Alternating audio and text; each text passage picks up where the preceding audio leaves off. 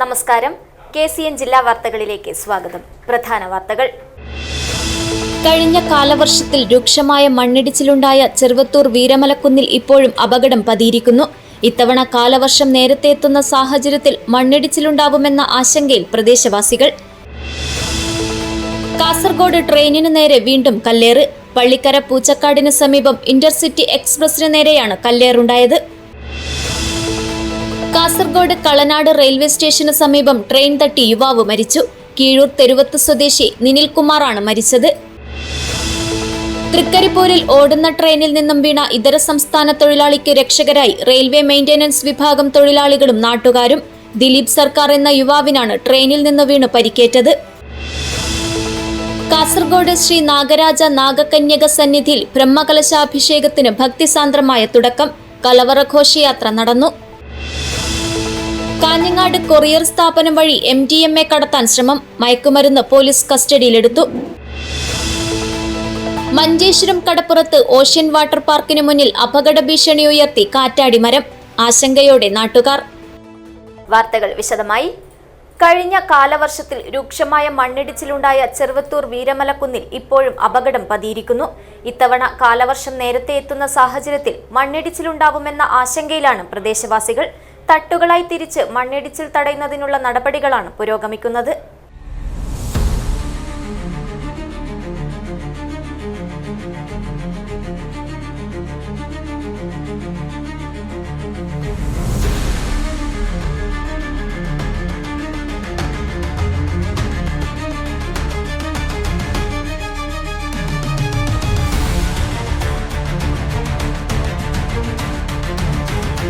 മഴക്കാലം ശക്തി പ്രാപിക്കാനിരിക്കെ ദേശീയപാതയിൽ കാസർഗോഡ് ജില്ലയിലെ ചെറുവത്തൂർ വീരമലക്കുന്ന ഭാഗത്തു നിന്നുള്ള ഈ ആകാശക്കാഴ്ചകൾ ആരെയും ആശങ്കപ്പെടുത്തുന്നതാണ്.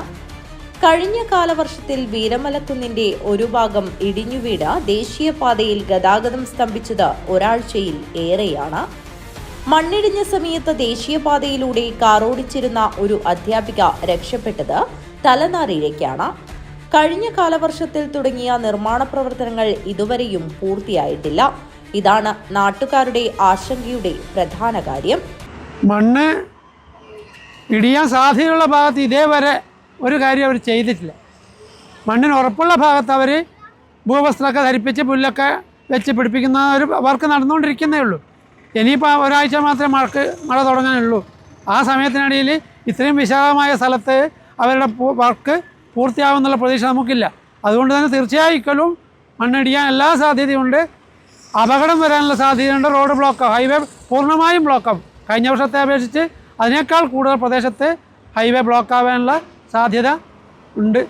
നാട്ടുകാർ അതുപോലെ ഇതിലെ പോകുന്ന യാത്രക്കാരൊക്കെ ആശങ്കാകുലർ തന്നെയാണ് അവരുടെ സുരക്ഷയിൽ. ടൂറിസ്റ്റ് കേന്ദ്രമാക്കുമെന്ന് പറഞ്ഞിട്ട് ഒരുപാട് കാലങ്ങളായിട്ട് വർഷങ്ങളായിട്ട് വരുന്ന മന്ത്രിസഭയും കാലാകാലങ്ങളായി വരുന്ന ജനപ്രതിനിധികളൊക്കെ നടപടികൾ സ്വീകരിക്കുമെന്ന് പറയുന്നതല്ലാണ്ട് ടോക്കണെ കൊണ്ട് വെക്കുന്നു. അത് യാതൊരുവിധ പ്രവർത്തനം ആരംഭിച്ചിട്ടില്ല ഇതുവരെ. അതുപോലെ തന്നെ ഇതിൻ്റെ പ്രവൃത്തി തുടങ്ങിയപ്പോൾ നമ്മൾക്ക് കുറച്ചൊരു സമാധാനം ഉണ്ടായിരുന്നു, ഒക്കെ നല്ല രീതിയിൽ പോകുന്നു. പക്ഷേ കഴിഞ്ഞ പ്രാവശ്യം പൊട്ടി വീണ മണ്ണ് തന്നെ ഇതുവരെയും ഉറപ്പിക്കാനും അത് നല്ല രീതിയിൽ സംരക്ഷിക്കാനും ഒരു നടപടി ഇതുവരെ സ്വീകരിച്ചിട്ടില്ല. അവർ മേലെ ഉറച്ച മണ്ണ് മാത്രമാണ് പൊട്ടിച്ച് കുറച്ച് പ്ലെയിനാക്കിയിട്ട് പിന്നെ സ്ലോപ്പാക്കിയിട്ട് അവിടെ ഭൂവസ്ത്രമൊക്കെ നടക്കുന്നത്. അപ്പോൾ നല്ല രീതിയിൽ പ്രവർത്തിച്ച് ഈ മഴക്കാലത്തിന് മുമ്പ് തന്നെ ഇതിൻ്റെ പ്രവൃത്തി പൂർത്തിയാക്കുന്നൊരു പിന്നെ വിശ്വാസം നമുക്ക് കുറവാണ്.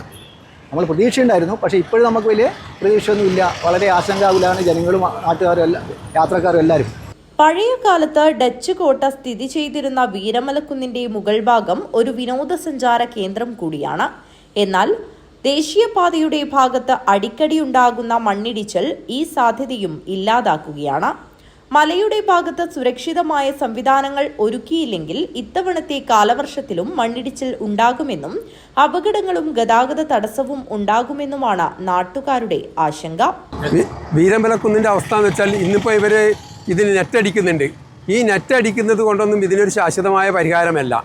ഞങ്ങൾ അന്ന് പറഞ്ഞത് ഇത് കോൺക്രീറ്റ് ചെയ്ത് അടിയുന്ന കോൺക്രീറ്റ് ചെയ്ത് തട്ടാക്കി കോൺക്രീറ്റ് ചെയ്യണമെന്നാണ് പറഞ്ഞിരുന്നത്. കാരണം ഇതിപ്പോൾ ലൂസാക്കി കിടക്കുന്ന മണ്ണിന് നെറ്റടിച്ചത് കൊണ്ട് ഒരു പ്രശ്നവും പരിഹാരമല്ല. കാരണം അത് ഭൂമിയിലേക്ക് വെള്ളം ഇറങ്ങുമ്പോൾ അത് വീണ്ടും തള്ളി വരും. ഇത് അത് മാത്രമല്ല, ഇതിനപ്പുറത്താണ് കുന്ന് ഇടിഞ്ഞത്. ആ ഇടിഞ്ഞ ഭാഗത്ത് യാതൊരു ശാശ്വത പരിഹാരം ഇതുവരെ ഇവർക്ക് കാണാൻ സാധിച്ചിട്ടില്ല. ഈ ഉറച്ച മണ്ണിലാണ് ഇപ്പോൾ അവർ നെറ്റടിക്കുന്നത്. അപ്പോൾ ഇനിയും ഇത് ഇടിയാനുള്ള സാധ്യതയുണ്ട് എന്നാണ് ഞങ്ങൾക്ക് മനസ്സിലാകുന്നത്. ഇഴഞ്ഞു നീക്കുന്ന നിർമ്മാണ പ്രവൃത്തി ഇവരെ ആശങ്കപ്പെടുത്തുന്നുണ്ട്. കഴിഞ്ഞ ദിവസം RTO ഉൾപ്പെടെയുള്ളവർ സ്ഥലത്തെത്തി നിർമ്മാണ പുരോഗതി പരിശോധിച്ചിരുന്നു. തട്ടുകളായി തിരിച്ച് മണ്ണിടിച്ചിൽ തടയുന്നതിനുള്ള നടപടികളാണ് പുരോഗമിക്കുന്നത്. KV സുനിൽകുമാറിനോടൊപ്പം ഉർമീസ് Trikaripur, news bureau, Cheruvathur. Kasaragod ട്രെയിനിന് നേരെ വീണ്ടും കല്ലേറ്. പള്ളിക്കര പൂച്ചക്കാടിന് സമീപം ഇന്റർസിറ്റി എക്സ്പ്രസിന് നേരെയുണ്ടായ കല്ലേറിൽ യാത്രക്കാരിയുടെ കണ്ണിന് പരിക്കേറ്റു. നീലേശ്വരം ആലിക്കീഴിലെ കുഞ്ഞിക്കണ്ണന്റെ ഭാര്യ അനിതയ്ക്കാണ് പരിക്കേറ്റത്.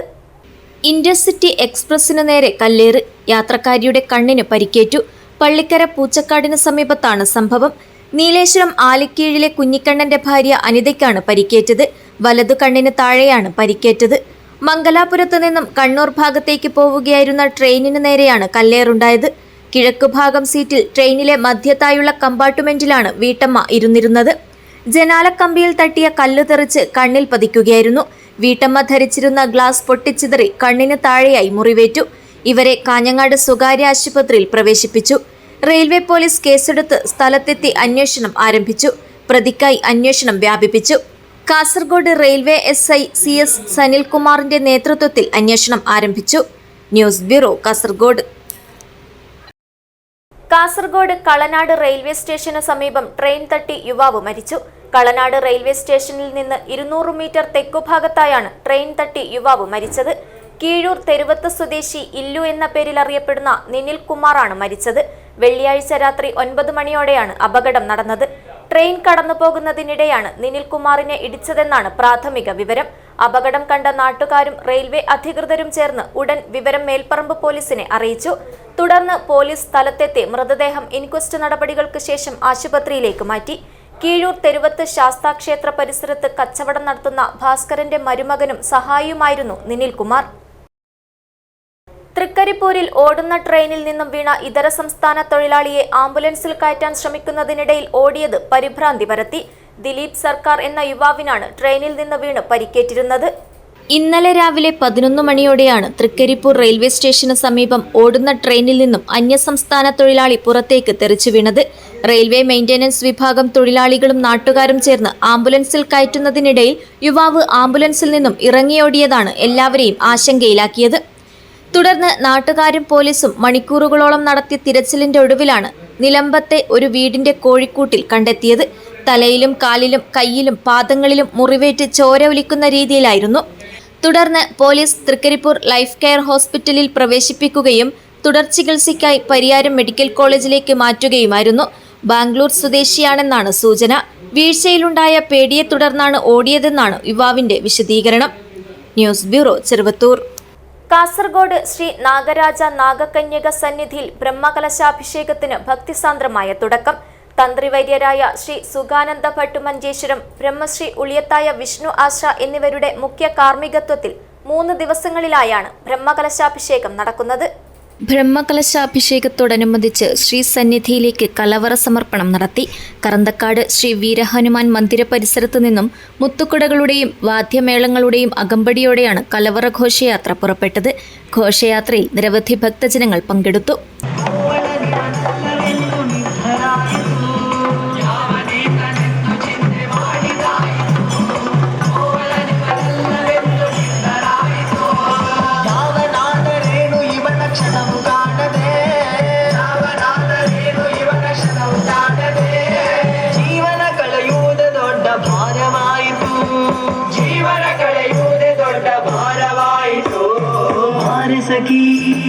ಬಾರೆ ಸಖಿ ಭುವರಾಸ ಕ್ರೀಡೆ ಆಡುವ ಸಾರ ಸಾಕ್ಷ ಕೃಷ್ಣನು ಕೊಳ್ಳಲನೂದುವ ಕೃಷ್ಣ ಕೊಳ್ಳಲನೂದುವ ಕೃಷ್ಣ ಕೊಳ್ಳಲನೂದುವ ಹಾಸದಿಂದ ಸಕಲ ಜಗವ ಬೆಳಗುವ ಚಂದ್ರನು ತಾನಿವನ ನೋಡಿ ಬಹಳ ನಾಚುವ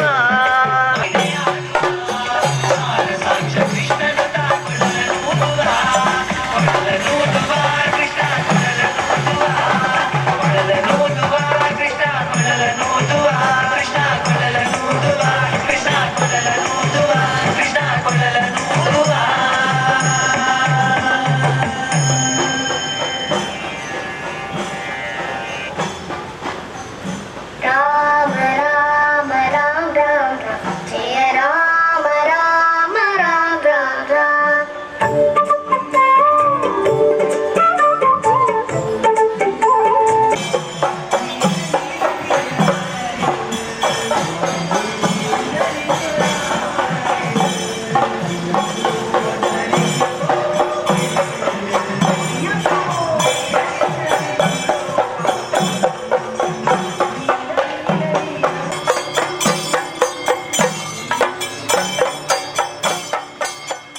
ബ്രഹ്മകലശാഭിഷേകത്തോടനുബന്ധിച്ച് നടക്കുന്ന ധാർമ്മിക സഭയിൽ എടനീർ മഠാധിപതി ശ്രീ ശ്രീ ശ്രീ സച്ചിദാനന്ദ ഭാരതി സ്വാമിജി ആശീർവചനം നടത്തും. News bureau, Kasaragod. Kanhangad courier സ്ഥാപനം വഴി MDMA കടത്താൻ ശ്രമം. മയക്കുമരുന്ന് പോലീസ് കസ്റ്റഡിയിലെടുത്തു. ഇതിനിടയിൽ കാസർഗോഡ് ജില്ലയിൽ മയക്കുമരുന്ന് വേട്ട ശക്തമാക്കി പോലീസ്. 2025-26 കാലയളവിൽ NDPS നിയമപ്രകാരം ജില്ലയിൽ അറസ്റ്റിലായത് 1600-ലധികം പേർ. മടിയനിലെ ഒരു കൊറിയർ സ്ഥാപനം വഴിയാണ് MDMA കടത്താൻ ശ്രമമുണ്ടായത്. വൈകിട്ട് 2 പേരാണ് MDMA അടങ്ങിയ കവർ കൊറിയറിൽ നൽകിയത്. പണമടച്ച് 2-അംഗ സംഘം മടങ്ങി. പിന്നാലെ സംശയം തോന്നി സ്ഥാപനുടമ പോലീസിനെ അറിയിച്ചു. ഹോസ്ദുർഗ് SI കൊറിയർ സ്ഥാപനത്തിലെത്തി കവർ കസ്റ്റഡിയിലെടുത്ത് പരിശോധിച്ചു. 1.58 ഗ്രാം MDMA കവറിൽ കണ്ടെത്തി. പ്രതികൾ കൊറിയർ സ്ഥാപനത്തിൽ നൽകിയത് വ്യാജ മേൽവിലാസം. പോലീസ് അന്വേഷിക്കുന്നുണ്ട്. ഇതിനിടയിൽ കാസർഗോഡ് ജില്ലയിൽ ലഹരി മാഫിയയ്ക്കെതിരെ വിട്ടുവീഴ്ചയില്ലാത്ത നടപടികളുമായി ജില്ലാ പോലീസ്. 2025-26 വർഷങ്ങളിലായി ജില്ലയിൽ NDPS നിയമപ്രകാരം കർശനമായ എൻഫോഴ്സ്മെന്റ് പ്രവർത്തനങ്ങളാണ് പോലീസ് നടപ്പിലാക്കിയത്. വൻകിട മയക്കുമരുന്ന് കടത്ത് തടയുന്നതിന് പ്രത്യേക ഊന്നൽ നൽകിയുള്ള പരിശോധനകളിൽ വാണിജ്യ അളവിലുള്ള 45 കേസുകളാണ് പോലീസ് കണ്ടെത്തിയത്. 2025-ൽ 1224 NDPS കേസുകൾ രജിസ്റ്റർ ചെയ്തു. 1363 പ്രതികളെ മയക്കുമരുന്ന് കേസുകളുമായി ബന്ധപ്പെട്ട് അറസ്റ്റ് ചെയ്തു. ഇതിൽ 22 കേസുകൾ വാണിജ്യ അളവിലുള്ളതും 50 എണ്ണം ഇടത്തരം അളവിലുള്ളതും 116 കേസുകൾ ചെറിയ അളവിലുള്ളതുമാണ്.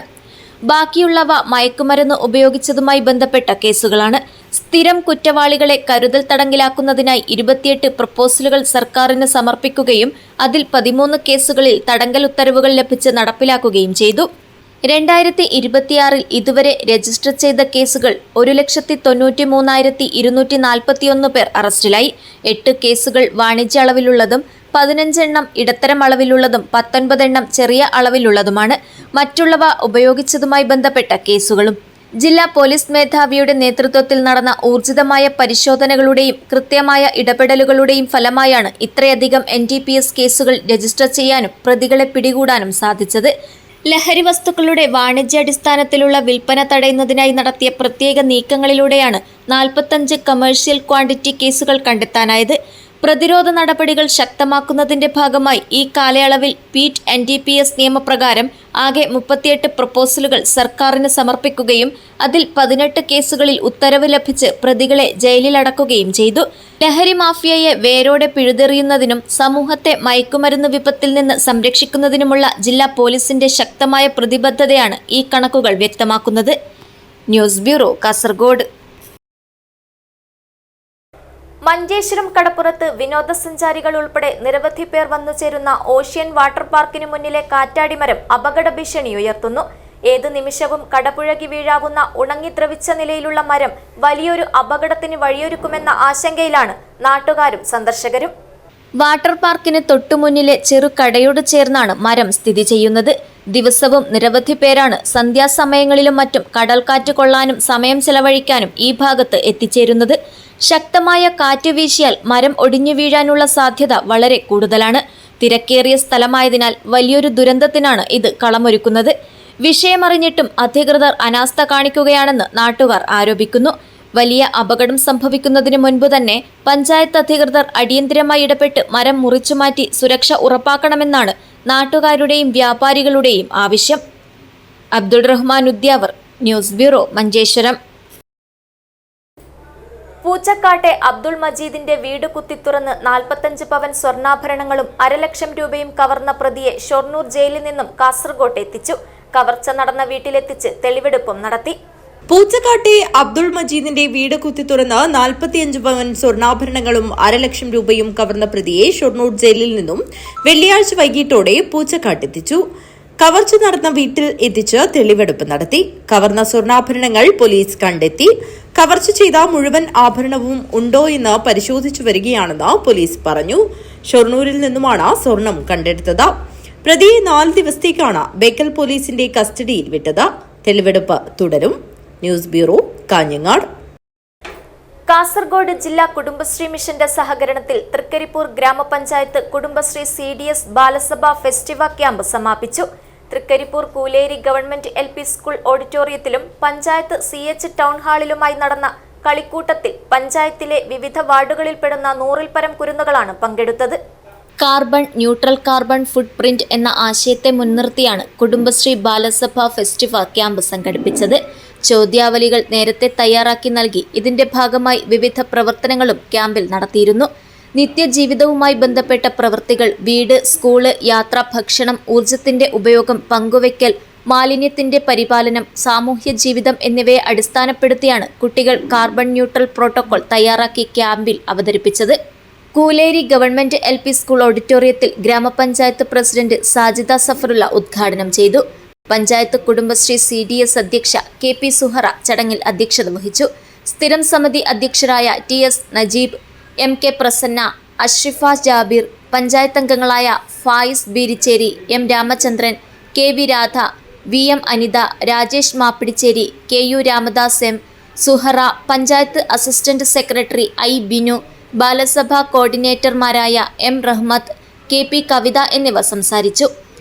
വനമിത്ര അവാർഡ് ജേതാവ് KV കൃഷ്ണപ്രസാദ് വൈദ്യർ ജൈവ വൈവിധ്യ സന്ദേശം നൽകി. 2 ദിവസങ്ങളിലായി വിവിധ സെഷനുകളിൽ പരിശീലകരായ ദിജു കാരിയിൽ, K സുനിത, പാട്ടത്തിൽ രാമചന്ദ്രൻ, MK വിജയകുമാർ, KP ലക്ഷ്മി എന്നിവർ ക്ലാസുകൾക്ക് നേതൃത്വം നൽകി. News bureau, Cheruvathur. വനിതാ ശിശുവികസന വകുപ്പ് ICDS കാറടുക്കയുടെയും Kumbadaje ഗ്രാമപഞ്ചായത്തിന്റെയും സഹകരണത്തിൽ psycho social school കൗൺസിലർമാരുടെ നേതൃത്വത്തിൽ ബീഹൈവ് സമ്മർ ക്യാമ്പ് നടത്തി. 10 മുതൽ 15 വയസ്സ് വരെയുള്ള കൗമാര കുട്ടികളാണ് ക്യാമ്പിന്റെ ഗുണഭോക്താക്കൾ. മെയ് 18 മുതൽ 21 വരെ 4 ദിവസങ്ങളിലായാണ് സമ്മർ ക്യാമ്പ് സംഘടിപ്പിച്ചത്. 10 മുതൽ 15 വയസ്സ് വരെയുള്ള കൗമാര കുട്ടികളാണ് ക്യാമ്പിന്റെ ഗുണഭോക്താക്കൾ. കൗൺസിലർമാരായ നിഷിത, ആശ, അനീറ്റ, ശ്രീനിധി എന്നിവരുടെ നേതൃത്വത്തിൽ നടന്ന ക്യാമ്പിൽ വ്യക്തിത്വ വികസനം, ആരോഗ്യ വിദ്യാഭ്യാസം, നേതൃത്വ കഴിവുകളുടെ വികസനം, കൗമാരക്കാർക്കിടയിൽ സാമൂഹിക ബോധവൽക്കരണം, സൃഷ്ടിപരമായ കഴിവുകളുടെ വികസനം തുടങ്ങിയവയ്ക്ക് പ്രാധാന്യം നൽകി.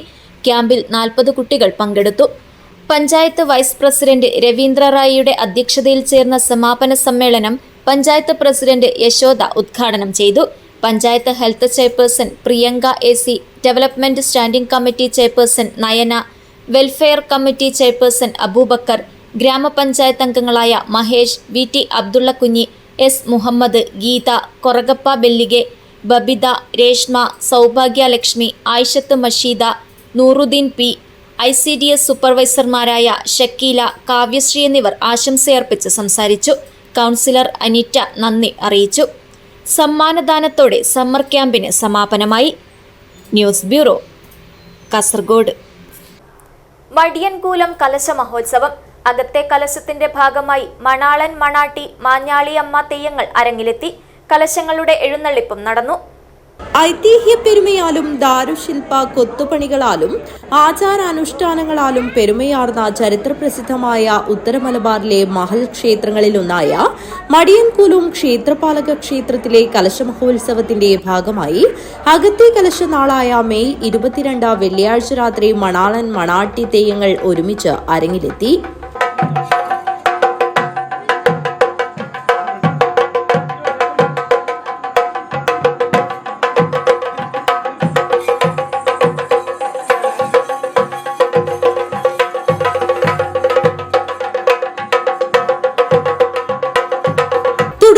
ഇരു തെയ്യങ്ങളും അരങ്ങൊഴിഞ്ഞ ശേഷം മാഞ്ഞാളിയമ്മ തെയ്യത്തിന്റെ തിരുപ്പുറപ്പാടിനുള്ള ഒരുക്കങ്ങൾക്ക് തുടക്കമായി.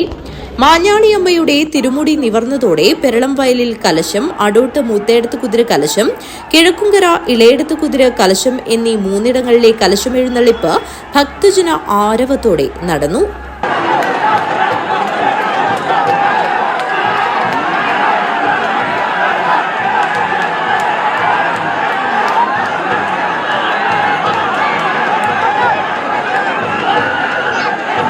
തുടർന്ന് മാഞ്ഞാളിയമ്മ തെയ്യത്തിന്റെ തിരുനർത്തനവും ആചാരപ്പെരുമയോടെ നടന്നു.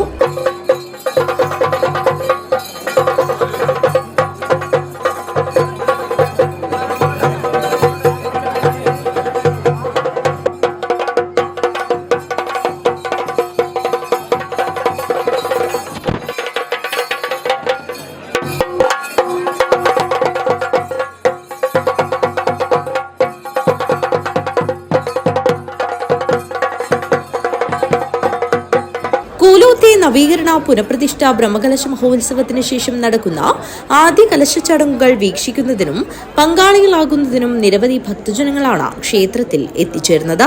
News bureau, Kanhangad. കാഞ്ഞങ്ങാട് കടപ്പുറം ബാവ നഗറിൽ ബിരിയാണി ചാലഞ്ച് സംഘടിപ്പിച്ചു.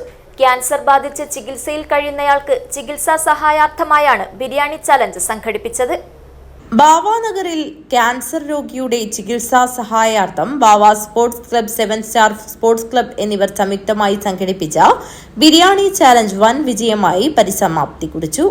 മഹലിലെയും സമീപ പ്രദേശങ്ങളിലെയും നാട്ടുകാരുടെ മികച്ച സഹകരണമാണ് പരിപാടിയുടെ വിജയത്തിന് പിന്നിലെ പ്രധാന ശക്തിയായി മാറിയത്.